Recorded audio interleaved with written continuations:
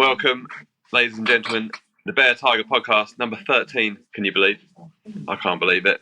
Joining me today is J-Dub. How are you? Good, mate. Good. Thank you. And JS NFC. How are you, mate? You good? All good, mate. All good. Glad to have you back. I was a bit, I was reluctantly worried as to fill in your boots last week. So I'm very glad to hand back the mic to you, the presenter. This is your realm. Well, yeah. So James had to take the reins last week after we had a little small technical hitch previously, and James went and stepped in and recorded the podcast with Danny. So if you haven't listened to that one, go back, have a listen. I say Danny Willett, ex-Masters champion, and nearly a PGA Tour winner, a regular PGA Tour winner this week. But we'll come to that in a second. Josh, what have you been up to? Tell me. Leaving my golf clubs at another golf course, but completely by accident. I'm obviously too used to playing too many nice golf courses where they put your clubs in your car for you, and completely forgot that didn't happen, and got home and just realised I've got no clubs in my car. So that's what I've been up to, mate. Oh, mate. I mean, this is just a horrendous issue. I mean, you know, how dare they, the valet, not do their job properly? Disgusting work. First world problems right there.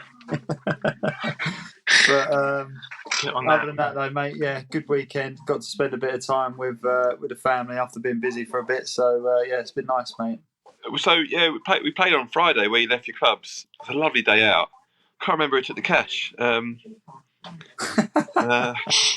I don't know if anyone's worried. We can carry this conversation off, but the only time I saw you on that golf course, when I look back, you actually wasn't off the back tee, so it's a bit of an awkward one, that. I was on all the back tees you were on, mate. And plus, on top of that, you've been on a 40-yard, not improvement, bonus, advantage for a long time now. So yeah, I'm more than happy to give a shot back or two or even three shots. No problems, mate. But yeah. No, you played well. Lovely work. What was you that day? 600, wasn't it? Yeah, it was enough. Whatever it was to get it done, it was enough. Let's not talk about that. Anyway, it's fine, mate. It's fine. You win the money enough. You win the money enough for me to bring it up every now and again on a very rare occasion.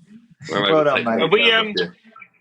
Zed, you've also, whilst I was presenting last week, you've also had a pretty decent week getting yourself around to some epic golf courses. Are you able to elaborate a little bit on that special spot you went to last weekend with Josh? Because, I mean, that sounds just like the most phenomenal location. I'm sure some people will be keen to hear about that. Yeah, well, you know what? I think we'll do a whole podcast on that because it was pretty sick.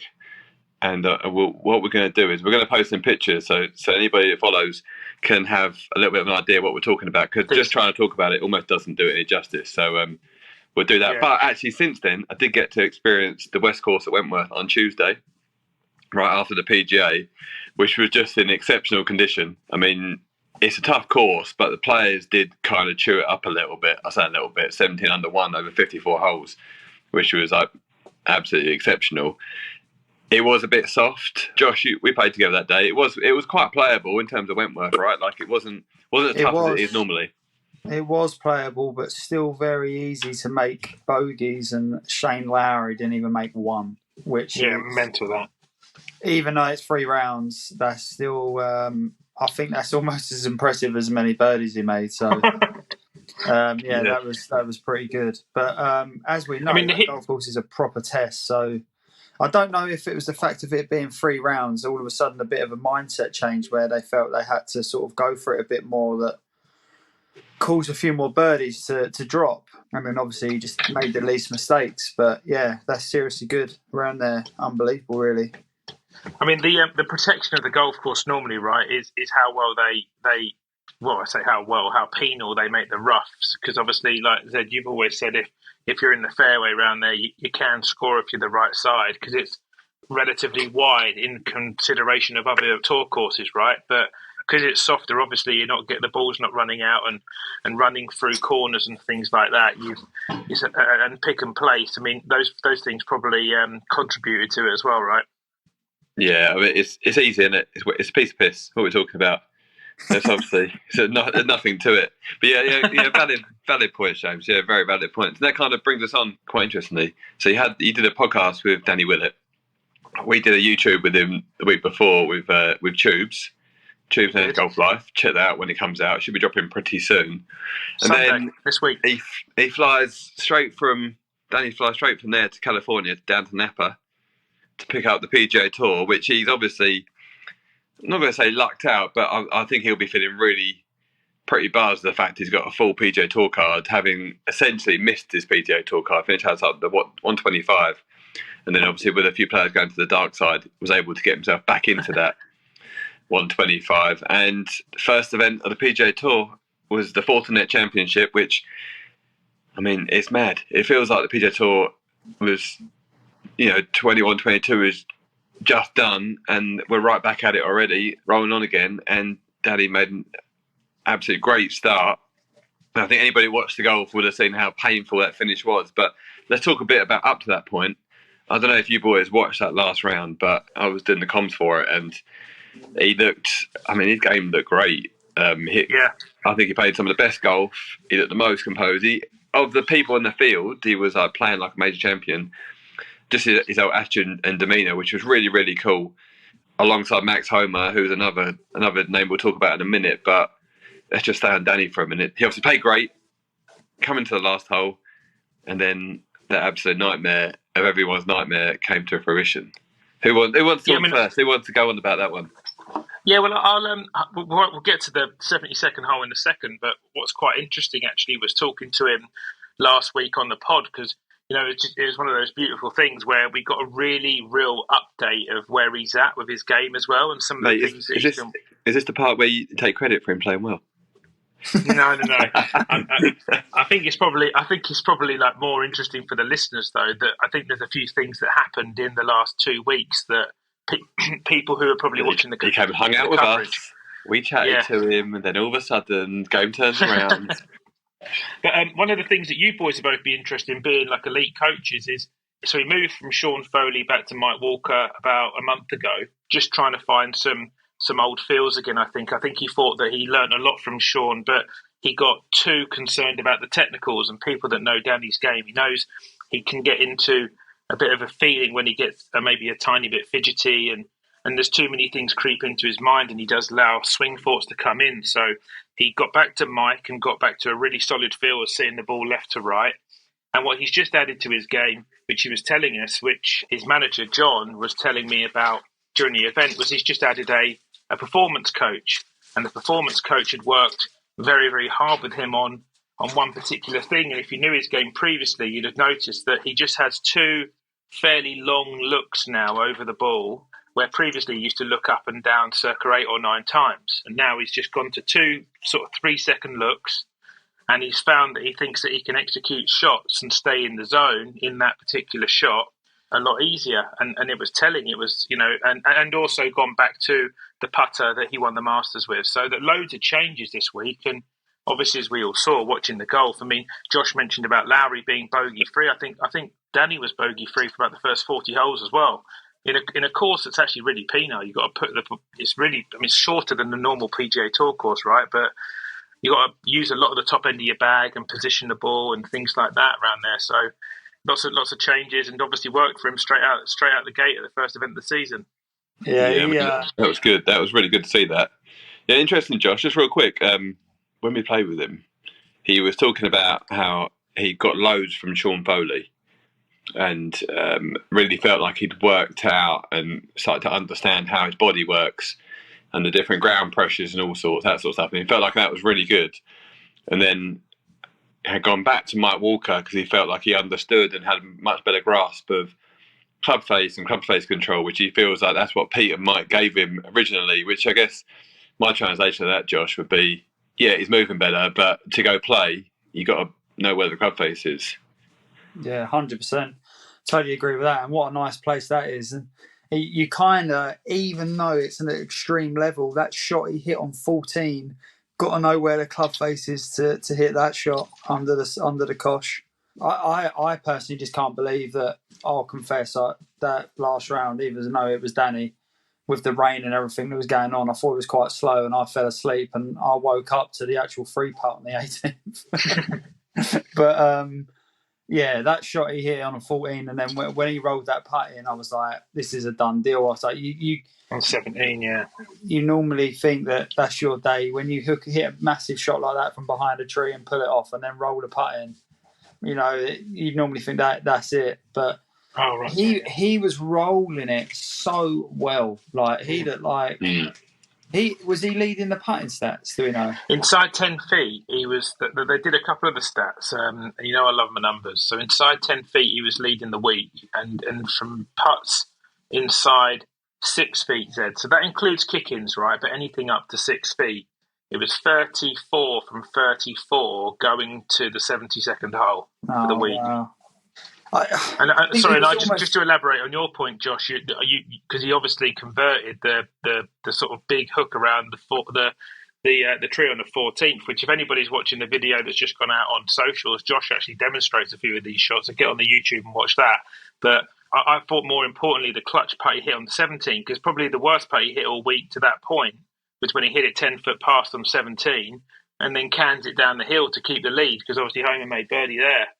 Yeah. And when he rolled that 10 footer and he had a one shot lead going up 18, I was like, whoa.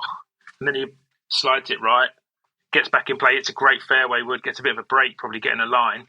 And then with a wedge in his hand is where he always thinks that's his superpower. Hits it to 4 feet and Homer's obviously left it short of the green out the bunker. And I mean, one thing I do want to say, because obviously Danny's free putt stole the news. Homer's chip-in reminded me so much of Scheffler at the Masters. That's going 20 foot past the hole if it doesn't go in. I mean, I thought he semi-bladed it. Yeah, it was definitely going past. That's for sure. It just spun at the perfect time as well, didn't it? It was one of those shots when when you play from a little bit lower down. So when you hit the chip, because the ball hasn't had its full arc, because the green's above you, it's kind of coming in a bit flat, and it just skids and goes really quick.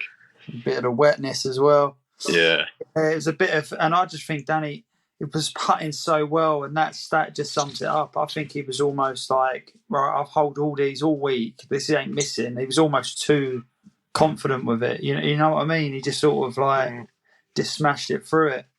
He did. Yeah. He chatted and said that he said watching the third player's putt. Who was that? It was Lauer. It was Lauer. Yeah. His putt broke a little bit differently to what he thought, which said it kind of just got in his head a tiny bit, and and he just busted it through the break. He obviously clearly hit it too hard, and then it played with his head coming back as well, and he missed the one coming back, which was just such a shame, didn't it, after all that work? But that is not remiss to say that Max Homa was also really, really good that day. I feel both the players really showed their class, because Lauer kind of dropped away a little bit, kind of showed he also played very, very well, but wasn't quite the winner these two boys are. And Max Homa was there, shot for shot, to be honest, and even to 18. It was a tricky bunker shot that he had. He left short of the green, and they obviously end up with a chip in. But I mean, he's one of those players that's really come into their own. I think he's now in that kind of bracket now of stepping into the shoes where some of the players that have left. And he's becoming that player. He's been happy to chat about what's been going on, and he's been a real buzz about getting into the President's Cup, which he was obviously really stoked about. And now he's won the week before going into that President's Cup. I mean, he's a proper player. I mean, and some of the stats around him as well. Like, I think he's won 5 of his last 70 starts now. So they're sort of saying, like, it's DJ-esque form. There were some of the names that they were coining him with over a period of time where they've had a lot of success. His name was getting tagged to a lot of players who are like, elite golfers, all kind of major champions within their own right throughout periods of time. So to go and win, I mean, he's gone back to back obviously here, so he obviously likes it around here. One of the things I thought was really, as a golf perv, if you remember back in the day when Tiger had that like Freewood stinger, where he used to take sort of like 2 3-inch divots, he had that Freewood on a string all week. I mean, he hit it all the time, and it was just like little kind of bullet fades, just bang, bang, bang, bang. He just didn't miss a week. He had that shot. I was quite lucky enough. I played the Porter Cup back when I was an amateur, and I actually stayed with Max and Phil Mickelson's brother Tim in a house, and he was hitting some shots and stuff. And he's always had that mindset. He was very professional then, like going out for runs early in the morning, that sort of stuff. And you can just tell when someone's like, yeah, he's all over this. Like, he's living for this. And then he had that shot. I remember that, James, that little fade that he was hitting, that bullet fade. It's a nice shot. Definitely under. He just gets so much. He gets so much out of it, doesn't he? He's sitting like 285 freewards. You know, it was like watching sort of vintage Tiger back in the day. Really, it's a perfect shot for a golf course, like we said. That was probably 400 or 500 yards shorter than a normal PGA Tour course. Just had it in play, and like Zane said, like I thought he probably looked on the front side, Zed, like it wasn't maybe his day. He just wasn't maybe converting stuff and was running a lot of lips and things like that. And then in the back nine, something just come over him. And he just showed his champion class and just closed the back nine out so well, just kept knocking and knocking and knocking. And eventually, probably the fact that he did hold the chip shot and forced Danny to either hold a putt or two putt for a playoff. I think probably at that point, in the situations that they're both in, just by odds, it would be so heavily weighted in one direction. Even as a Masters champion and someone who's won some massive events, right? Your mindset would change. You probably think at that point from underneath the hole, really tough chip. You've got 2 for it here from 4 feet. Yeah, I mean that would throw anybody, to be honest with you. And it was probably so short. I think if it was 6 feet, I think he would have been a bit more tuned in. I think for not any part do you think he was ever going to miss that putt, even after Max Homa chipped him. I think he still thought, like, I've been putting well all week, obviously in form. And he looked probably more relaxed. I mean, he was smiling, like, when Max Homa did chip in and so forth. And you just think, should he be smiling and taking notice of this? Or, like, maybe it's a tough comparison, right? But if you just compare it to, like, the amazing benchmark, which is Tiger Woods, like, you just think, he's not smiling when that chip goes in. He's not even thinking about it. He's just thinking about his putt.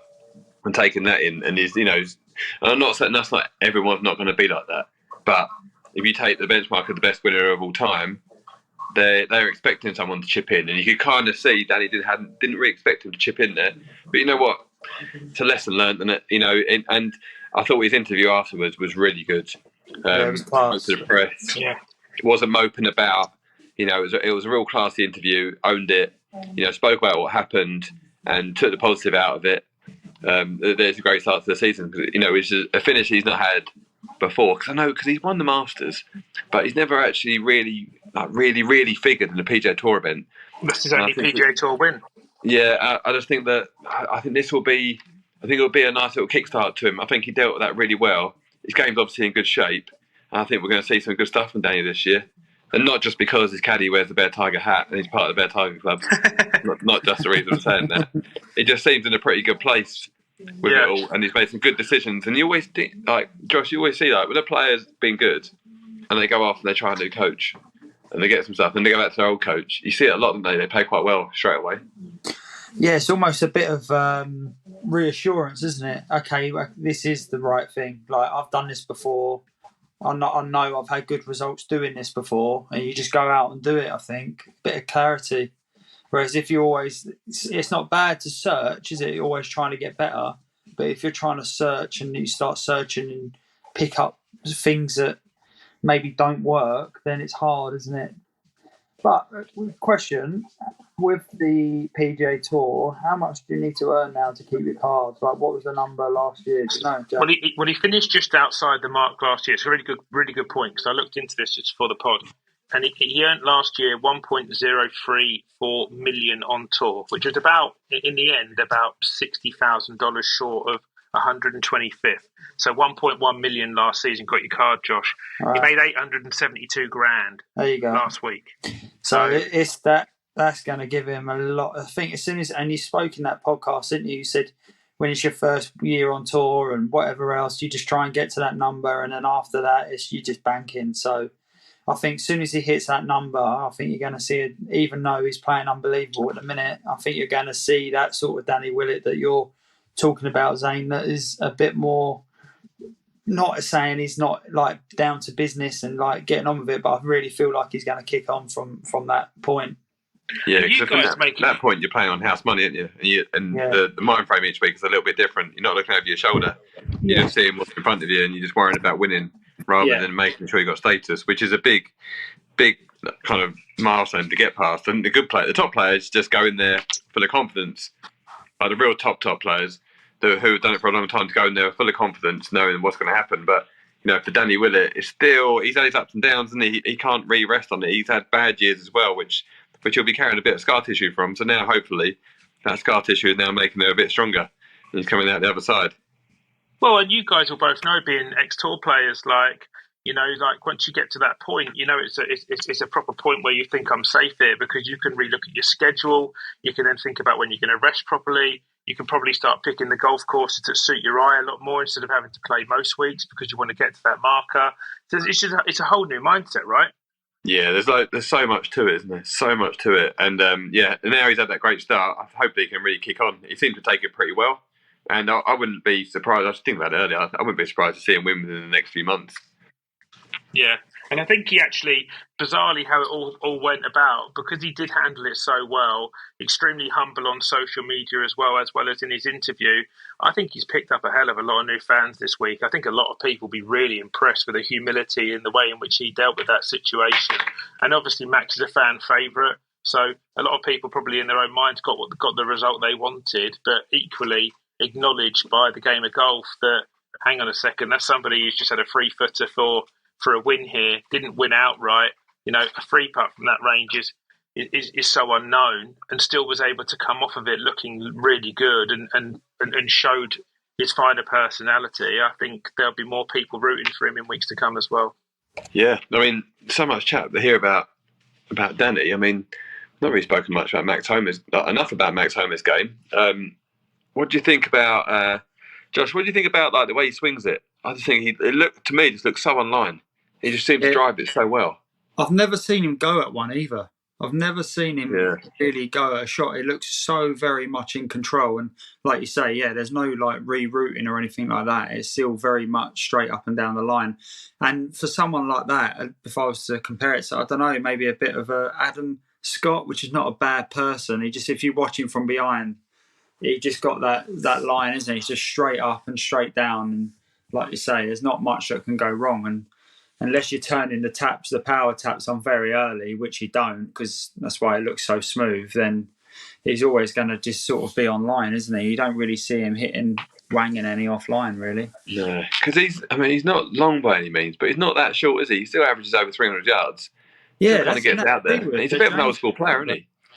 Yeah, exactly. That freeway James was talking about, when Tiger used to hit that, he used to rip it, didn't he? He used to turn so hard. Yeah. Absolutely rip. But he doesn't do that, and it still pumps out there a good way.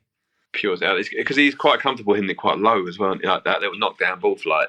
Does that with his driver a little bit. He did lose a few to the right. I thought they both did, actually. But he did cut a few out to the right, maybe swinging a bit down across it, which kind of works when the ball's on the deck, but not necessarily always when the ball's on a tee peg. But yeah, he's quite an old school golfer. Well, it's quite nice to watch, because there's been all these chats, haven't there, about people who smash it and chase the distance, which will come on to the as we come to the DP world in a minute. That was quite an interesting watch. But yeah, he's definitely a bit of an old school golfer. And then again, he's another one. I think Danny will win, and I think Max Homa's. I think he's playing some of the best golf in the world right now. Week after week, he's up there. So I agree, and I think as impressive as his game is his persona. He's quite good fun on socials. He does swing analysis and integrates with people and gives them a little bit of shit talking and and has fun with people. But I think his persona on the golf course is fantastic as well. He looks like a champion. It's in the way he walks. He does nothing from the shoulders up. The shoulders up moves, is it? It's not really still. He's got really still upper body when he walks. Yeah. It's quite funny. I remember when I stayed, I'll tell you a little story. When we stayed at that house, we played beer pong one night after the round.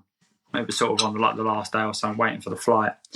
And he actually taught me, when someone's holding the cup, if you get it straight in the cup that they're drinking, then they have to finish everything.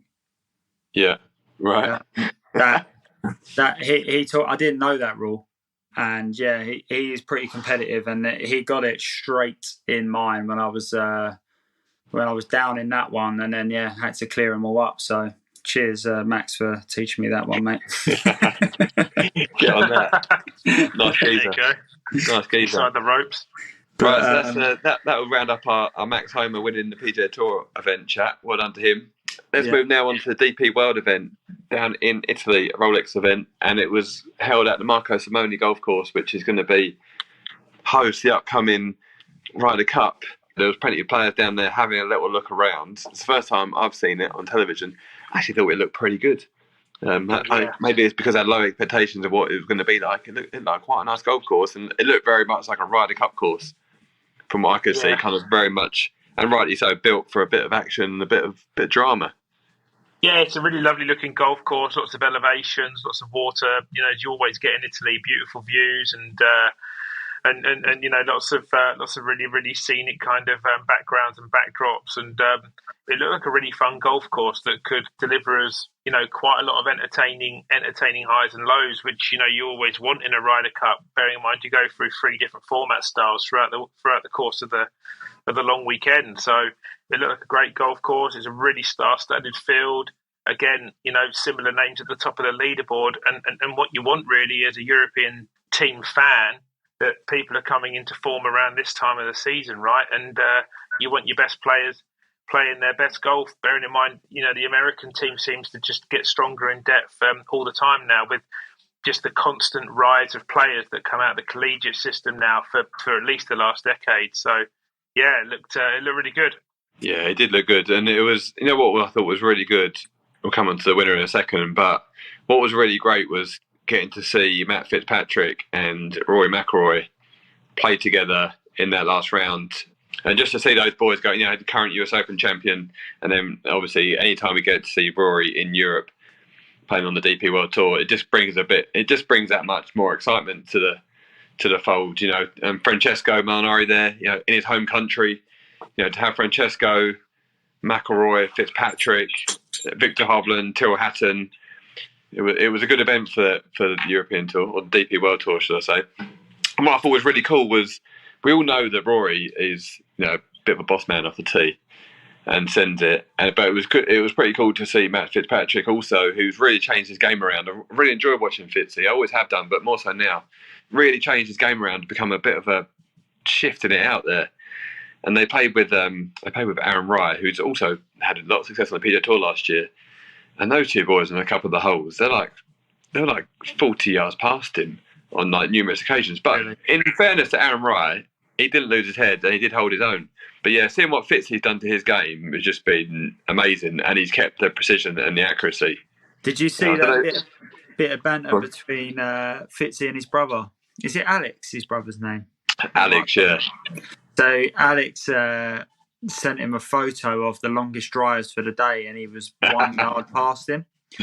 And Matt just sent him a photo of the leaderboard, just saying, "Yeah, but I'm winning."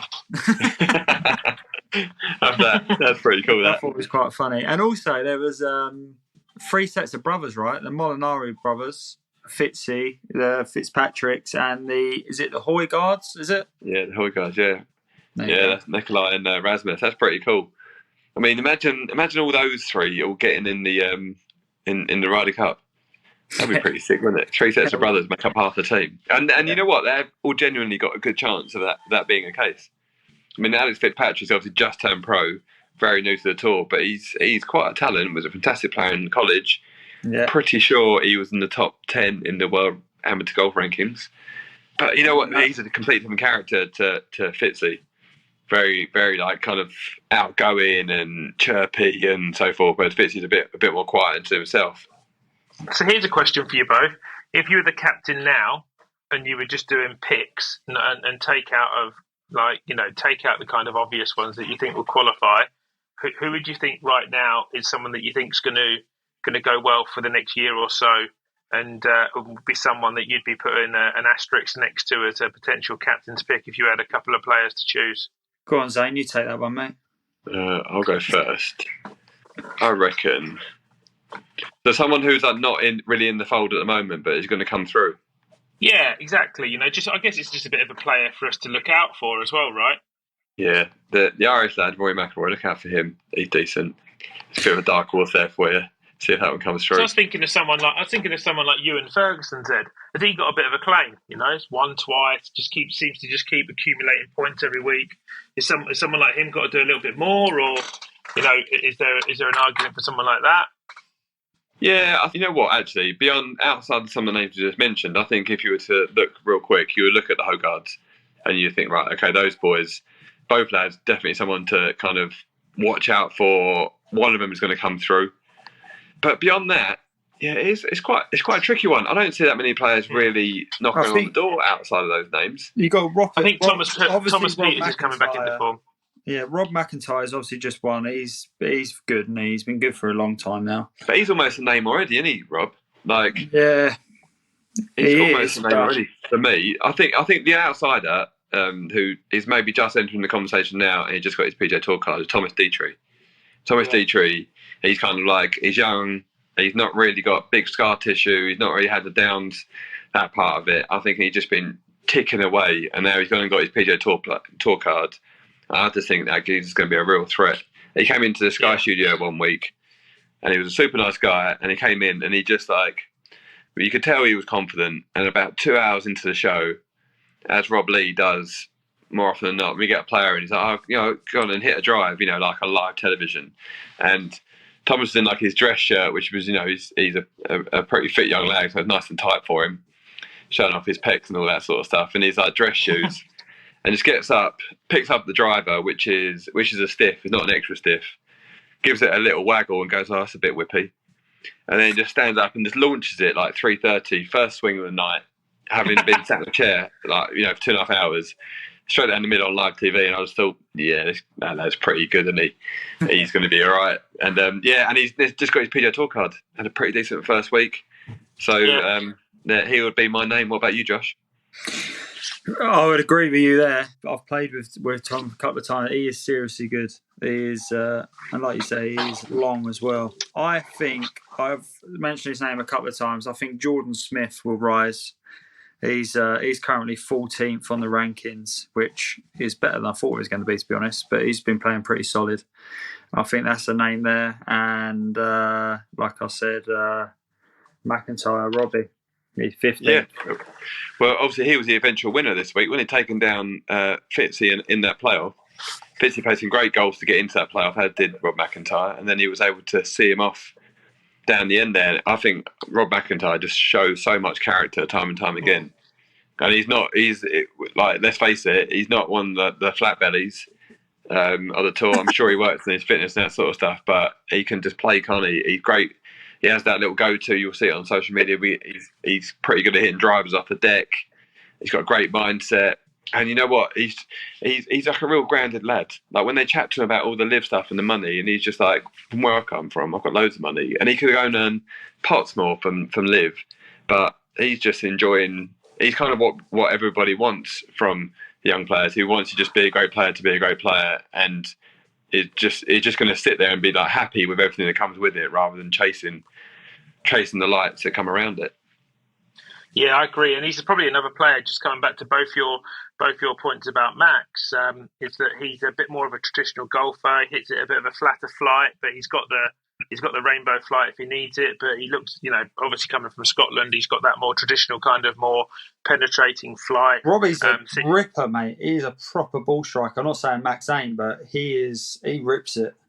Oh yeah, no, I'm just saying that he has got that, the ball stays hit, doesn't it? It looks like it goes off on that really hard flight, but he just looks like he's got all the shots and really great hands as well. And being left-hander, have you got his setup saved on your screensaver, James?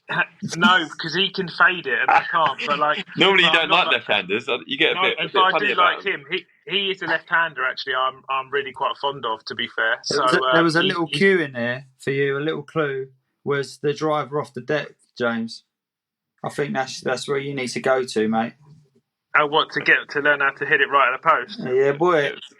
Stop hitting no winging draws. Ball up fades of a chief. Yeah, I've got the right shaft in it. To be fair, with the old Ventus spread, I could probably have a go with that. But I'll toe it in too much. I just think it's a shot I can't hit, Josh. But yeah, it's giving up on that one. Yeah, I think he's just a really well-rounded player. I think he's got a really great demeanour on the golf course. He seems to have a really fun, jovial relationship with his caddy. Yeah, great guy.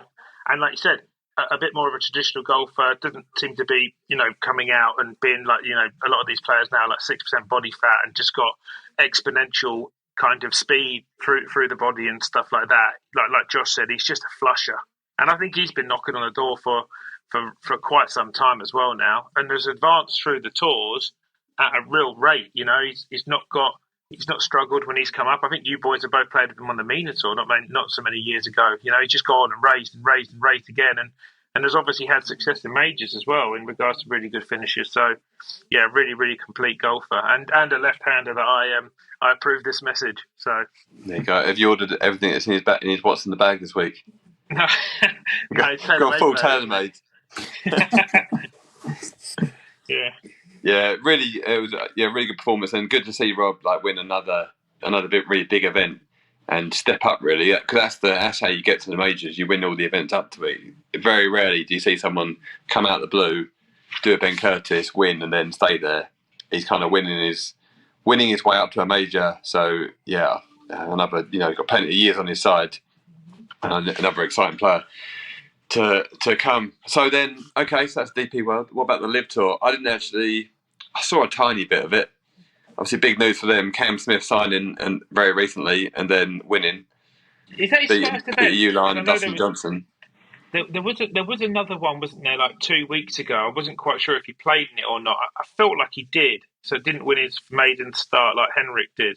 But if it's not his first event, it was definitely his second. Yeah, and then more interestingly around Live Golf is what happens around it. Actually, I'm interested in the chat going on, but when it actually comes to the golf, apparently this one was better. I saw a few shots, but it just doesn't, for me, it doesn't quite tick the box just yet. But I'm sure it is getting there. But DJ again, playing really well. DJ's been playing well for a while now, which kind of brings on to that discussion of it's such a shame that that's not reflected on the world rankings. I know there's always reasons, like it's 54 holes, there's no Q school, they haven't gone through what they need to go through, hoops they need to jump through to get the world rankings. But DJ is just on form at the moment, and he's just tumbling down those world rankings. It just doesn't, something about the whole thing just doesn't seem right. Yeah, and one person who's probably really appreciative of that is Pat Perez. So he's won another team event. So that's his fourth team victory now. And his highest individual ranking in a live event so far is 31. So I think he's really grateful, to be fair, outside of DJ. Has he not had one 16th place finish yet? I think I thought I read that. 31st is his highest finish as an individual. Dear. Yeah, but he's won 4 team events and 4.8 million so far this season. I was going to say, he's obviously a great team player. Yeah, yeah, but they're not taking his score, are they? So it's quite impressive they're winning as a 3-man team, somewhat, with the utmost respect. But yeah, he's playing. Do they take it every? They must have had one of his scores. Do they not take? It's not a new score every day. They take 2 of 4, the best 2 of 4, and then on the final day they take the best 3 of 4. So he must have had a score count. Honestly, I don't know. Genuinely, that's pure banter. If he's not figured in any round so far, he must have done. I think in the last event, the one before this, I think I'd read that they'd taken one of his rounds, the one where Poulter, Westwood, and Stenson's team when Henrik won. I think they took Perez's score in the final round, but other than that, they've not taken a single score from him yet. Yeah. Okay. Yeah. So this week he finished 16th. Which is slightly more respectable. There you go. Yeah, so, okay, cool. He's had his best, it was finally his best week. To that point, he was +6 and +5 in the events leading up to it, and he's now, so that one was kind of okay. But yeah, he's having the time of his life, isn't he? Absolutely loving it. But yeah, Cam Smith, another win, then Greg coming out and saying, reckons he's got the best 2 players in the world. I don't know about that. As good as they are right now, I don't think you can't cast aside, the other players who are playing. Are they playing better than Rory week in, week out? Probably not. Scotty Scheffler is the actual number one. Patrick Cantlay, yes, they're up there. They're obviously both playing well, but I don't know what Greg's been. What is he? Maybe I took a few beers when he said that, but yeah, they're not. I wouldn't say that they're best. They're the number 1 and 2 in the world. What do you boys reckon? They've had the opportunity to go and play events though, because even though it's been to it's been, there's been some hostility around it. They've had the opportunity to go and compete the other guys and prove it, and it hasn't happened yet. They all went to the BMW, and the two most vocal people that had to carry that burden on their shoulders because they're the most opinionated in Lowry and McIlroy, I thought were well clear of the field at the BMW. They look like the most two obvious winners from that tournament. So yeah, I guess. But I think going to those tournaments when they're on your home turf, it's a bit easy to play well. I think when you go in there as an outsider, that's something that golfers have never really experienced before, have they? I guess, and you would compare that to home and away in football a little bit. It's definitely a different mindset because I think like players like Rory, Ben Lowry, because Shane said he was very aware of what was going on when he was at Wentworth, and yeah, he stepped up. Probably a little bit in defence of the tour. Really, I think it's weird enough. I think it's knocked Rory into form because the attitude he's taken toward it, and then probably a bit with Lowry as well. It was probably a tiny bit more outspoken last week than he has been the whole way along, and his performance has stepped up, which is really good from that side. We'll just see where it goes in the long term. Back to your point, though, I would put Rory number 1, and I would put Cam Smith number 2, and then I would probably put DJ at 3. To be honest, so I'd say they've got two of the top 3.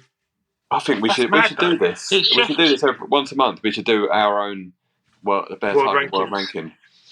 It's tough as well, Zed, because you just mentioned a host of names, and like it's the whole out of sight, out of mind thing.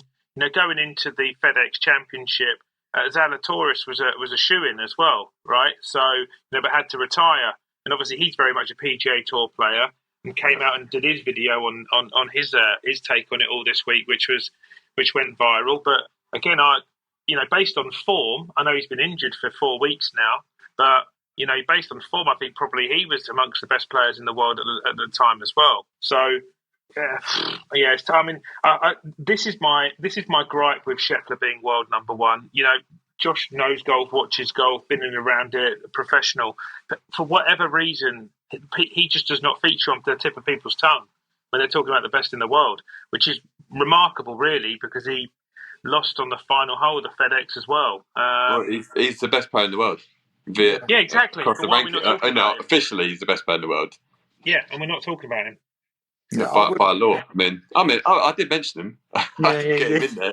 But you're right. He just doesn't seem like a regular number 1, does he? No. Yeah. But is that because of other reasons? Is that because of his character? I honestly, I don't know. I can't. It's a question I can't answer because I don't look at him like a world number 1. But then he is like really, really bloody impressive. So if you just look at his numbers and stuff like that, I think if there was two things different, I think one, as mental as it sounds, right? People love Rory McIlroy because one, he's outspoken. The other thing is he hits it a long way and he holds his finish.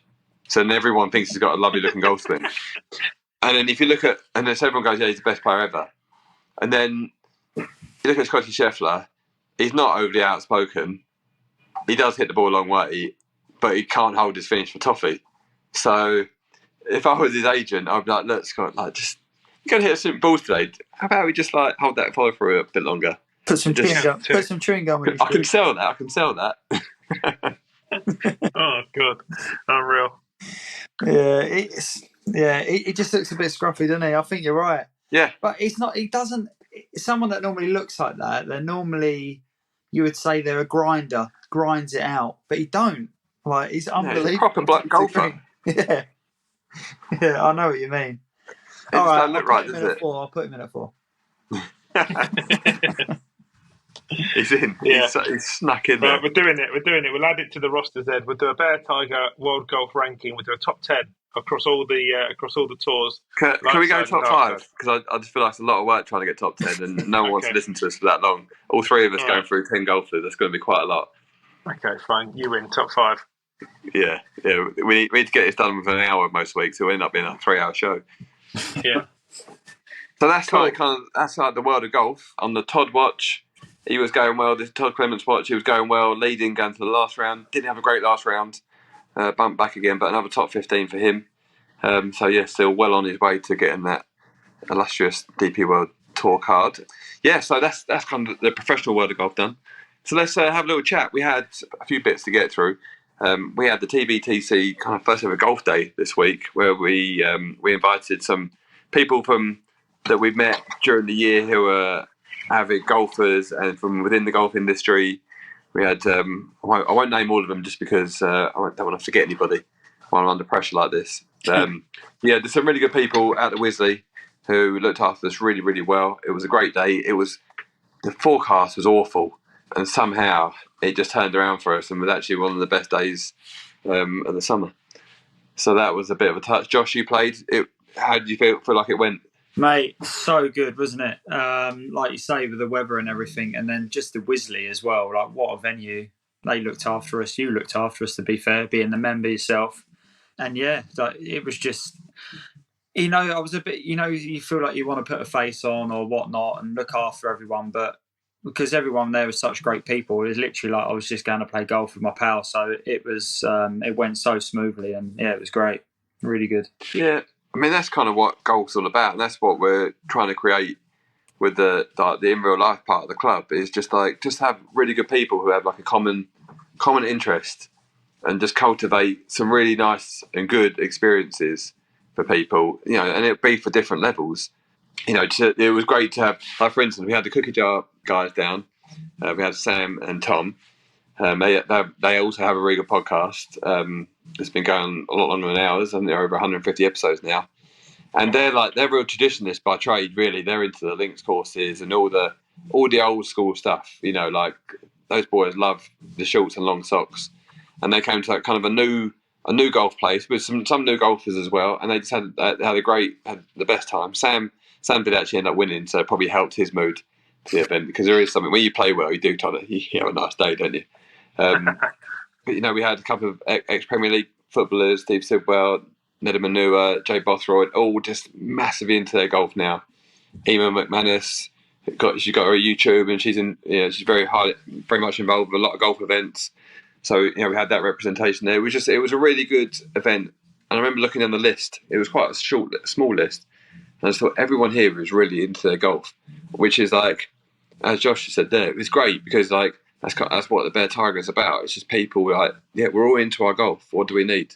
And just be able to put on like a really nice experience for everybody. And it was like a little inkling into what's going forward. So we have got a video which is out, which you can go and have a look at, like it if you don't mind.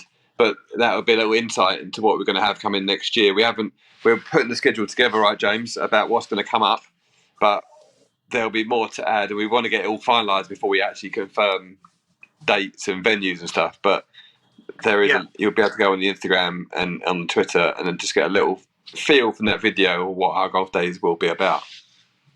Yeah, absolutely. There's a structure of different kind of events coming out, and we've been working really hard on finding some different things and some different styles of venues and trying to accommodate everybody's interests, locations from a geographical perspective and price points. So some really, really exciting stuff. Really difficult building a global brand as well, and then having to go all around the pond on different time zones to speak to people and just try and make sure that we get a full suite of coverage as well. So yeah, as it stands, events set up in the UK, Europe, Portugal, to name a country that's particularly there now. Dubai. This is James, everyone, knowing us to the post. Now we've got to deal with these things now. I think you've got a collaborative event in Dubai where you're recording from now, coming up very soon. I think we've got another one we're looking at in October there. America, we've got a few locations already on the east and west coast secured in America, both for the goats and for the bears. So yeah, it's really, really taken some shape, and I think that was just a bit of a flavour through that video, which is on YouTube and Instagram, which people can go and get a vibe as to what's to come. And I think you nailed it, Zed. Really, it's all about creating user experiences where people can meet like-minded people, have a really fun day out, and outside of the kind of value of a membership, just feel like they've got really, really good value that day, and that will set a really good premise for us going forward. Yeah, it does feel like it's taking shape. Something we've been working at for a while, and it's being really honest. Sometimes it's quite hard to explain exactly what it is because it is quite fast. But we're starting to, actually make some traction now and get beyond the talking point of talking about something. It's actually being something now, which is really exciting. There was a moment. Sorry, Zed. There was a moment for me on your point there where we was on the 16th hole at the Wisley the other day on the golf day. and we had the music pumping. We had the ice cooler open with the nice wine and everything inside, the beers and whatnot. We had the drone up. We had everyone there watching over water. And I was just like, this is what it's about for me. This is Bear Tiger. So nice. For people saying that when you say it's hard to explain, it is kind of hard to explain. But like that situation for me there, that was a bit coming to light, which was a nice moment, I thought. Yeah, it was really good. And to make it official, just to go down the old salesy route, which we should be doing really. We had some really good partners for the day. So we had Nice Wine, who's actually that's a canned wine. That's my best mate's growing up, Jeremy May. He started a business doing canned wine. They operate for like the Open Championship and loads of festivals and stuff. So have a look out for them. Drink nice they are. Candy Kittens. I'm more than happy to. They sent us some stuff out. I promise I didn't eat. I had 2 packets, so not all the packets made them to the event. But yeah, one of my favourite sweets. That was really very cool.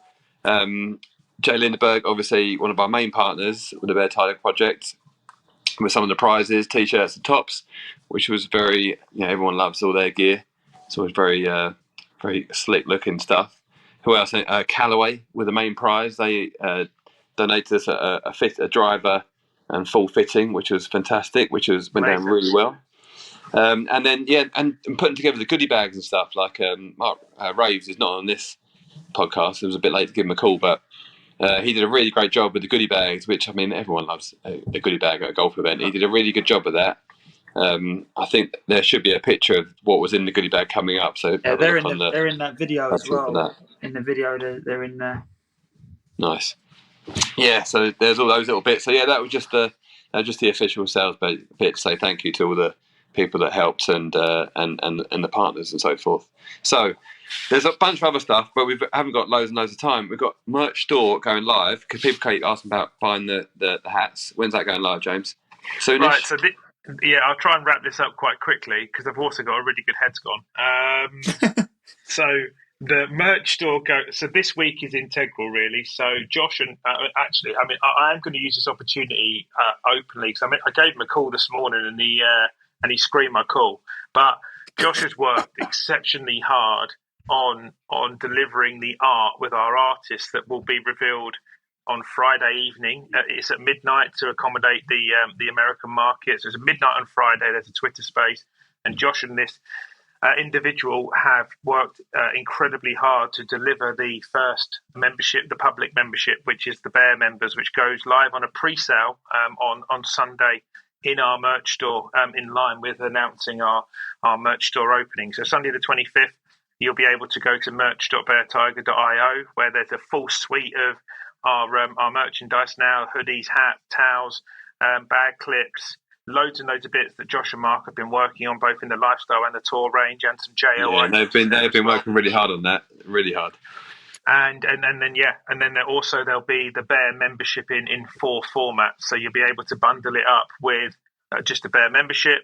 There's a bear and a hat, there's a bear and a hoodie, and then there's the Bear bundle, which is a hat, a glove, and a hoodie, and your Bear Tiger membership. So really the Bear bundle, that's a nice little ring to it. Yeah, I like it. Absolutely. I was happy with that one. I'm going to take control. I'm going to take credit for that one. So I think also what we'll do for our listeners who've been around for some time now, we have a promotional code, which when you go onto the merch store, you need to enter TBTC10.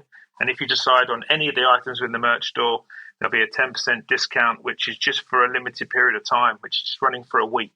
So TBTC10, and a really exciting week ahead. Nice, and that the Bear artwork stuff does look pretty cool. So definitely say pretty cool. It's very freaking cool. So definitely go and check that out. Looking forward to that for people to go through there, because with NFTs, I do a little thing. It's like traits. So on all different sort of NFTs you get in collections, there's loads of different traits. You've got rare ones, common ones, and they go through a generator basically. And then when you get your NFT, you will get these different traits. It all depends what one you get. So doing all of them has been pretty cool. And always remember, if you don't get the traits you want when you get your NFT, you can always buy one on a secondary market and swap it over for yours. So you'll be able to find the one for you. That's for sure. We'll it's good. educate I'm actually everyone going on to that in the post. future. I'm going to do a post and probably do it as a collab with the Bear Tiger as well to get the right coverage. But I'm going to post my goat on Instagram, and then I'm going to list off what the different traits are, just so anyone who doesn't quite understand will get a bit more of a feel for like what we're talking about here in a visual. So it's a lot of fun actually. It's pretty cool, and once you get into it, you'll have a nice piece of bear artwork to show off to your mates. So then, just to really wrap up a little bit, and then the next event, actual in real life event, is TBTC at the Grove on the 7th of October. I think we've got about 50 or so golfers going there, so we'll be covering all that. Another exciting day. The Grove always deliver a good day for the golf days. The greens are always pretty filth up there. And then they normally got his videos on loop in the clubhouse of Tiger when he just chewed everybody up and spat them out in that World Golf Championship when he made 3 eagles on the 18th hole of the week, like an absolute joker. So yeah, that's 7th of October, which is, again, everyone's working really hard on that, delivering another experience, and then hopefully once we get that one down, we'll just have the plan down, and then it'll just become like a whole rinse repeat process rather than the stress of trying to come up with new ideas and how we're going to implement them all at last minute. Absolutely. But yeah, so what's the heads gone, James, that you're holding back for us? It's not mine, but I think if anybody saw it and actually saw the coverage from the Live this week, it was mental. So Bryson's hit a drive left and has had to play from underneath the roped off area to hit a shot back into play. He's executed his shot, and the steward has absolutely had his pants down. And as his caddy came underneath the rope, completely forgot about Bryson and just ironed him out in the face with the rope and took his hat off. And I saw a video again this morning from a spectator's angle. And he's like, oh, my eye, I can't see. What the fuck? He's just literally loses his plug. He went down, didn't he? He went down. Actually. Yeah, he went down like a sack of shit. I mean, mate, he was like, mate, get up. You give it all the big one in the gym, and then you get nicked by the rope. You look like an idiot for a minute because you're not going under it properly. And your caddy's just not pulled the rope up. I mean, they blamed it on the steward. That was caddy all day long. That was 100%. And then he just hit the deck. It was just like. He looked like playing the Premier League or something. He just done the old dive and roll, wasn't he? He's going because he looks like a plum. Oh, it was unreal. I really enjoyed that. So I'm not sure who's responsible for the heads gone, but it was a proper cracking video.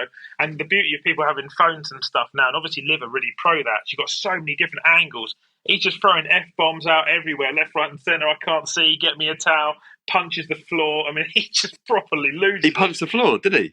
Yeah, he had a proper swing. I think he either punches the floor or punched his tour bag properly hard. Yeah, it's incredible. Great band. Needs to man up. It's only a rope, isn't it? Yeah. Josh, what have you got any for us? Well, my head's gone would be leaving my golf clubs at the golf club the other day. So I've got to go back to go and pick them up now. Decent. That's a decent head's gone. I wonder if I let you through the gate. Yeah, maybe not. I didn't have that many the other night, so I should be all right. My head's gone would be I was doing that comms for the PGA Tour golf this weekend, and obviously loving watching Max Homa and Danny down the stretch. Loads of people sending pictures through with Danny and his caddy, who was caddy getting all the airtime with the Bear Tiger hat. So this is great. And then obviously he 3 putts to last from absolutely nowhere, from inside 4 feet, which was just I mean, he was shell shocked. I was sat there in the booth completely shell shocked. And then our show is produced from France at Discovery, and no joke, they literally cut to Max Homa on the 18th green, did a quick well done speech, and then it came through in our ears. Yeah, right, we're going offline in 20 seconds. So there was no chat about it, nothing. It went bang, and I was just sat there in the booth on my own at midnight, being like, what the fuck just happened there? I mean, poor old Danny, I don't know what he would have thought, but I was just sat there in shock as well. I sat there for about 3 minutes thinking, I can't believe what I've just seen there. Candy kitten. No, I didn't have any left. Gave them one out of the TBTC golf, unfortunately. My real boy. But yeah, I was shell shocked. So that was my head's gone. Didn't even get to talk about it. They just cut us off, done and dusted, on to next week. So yeah, unless you boys have anything extra to add, I think that's about it. I've got a few days in Dubai going to be catching up with Jane McConnell from the Claude Harmon Academy. I'm going to play in the Lions Den with Crippler and the boys, which is down at the Earls Club, which I'm looking forward to. And then head back next week. But you boys? Nothing like that. Yeah. I think Josh and I have probably got a couple of late nights just finishing off some art, haven't we, Joshy? And then mate. Getting ready for this week. Really big week ahead. So, yeah, I'm actually playing golf on Friday with a few of the goats. I've got a couple of the goats coming over to Wentworth, actually. So went there for lunch on Sunday, and all the stands are still up. It still looks mega. So looking forward to that. Just having a little 4-ball, little money game with a couple of the guys, and that's pretty much it. Said just see us out. Remember to say the big 3 words. Yeah. Love you. Until next week. No. No, please, everybody, if you're enjoying the podcast, like and subscribe. It really means a lot to us, and it really help. And anything you check out on the Bear Tiger, I think the website is being updated somewhat, but it's going to... actually, we didn't mention that. Yeah, so I haven't even shared it with Josh yet. So got that one in there. Yeah. So that's been updated. Their website is beartiger.io. If you go to the Twitter or Instagram, it's at Bear Tiger, of which both has the link tree in the bio, so you can go in and have a nose around and see what it's all about. But yeah, boys, really good chatting to you for the past hour and 4 minutes, and look forward to hearing your stories next week. Cheers, guys. Enjoy Doobs, mate. Not jealous. Cheers, guys. See you soon. Cheers, boys. Bye.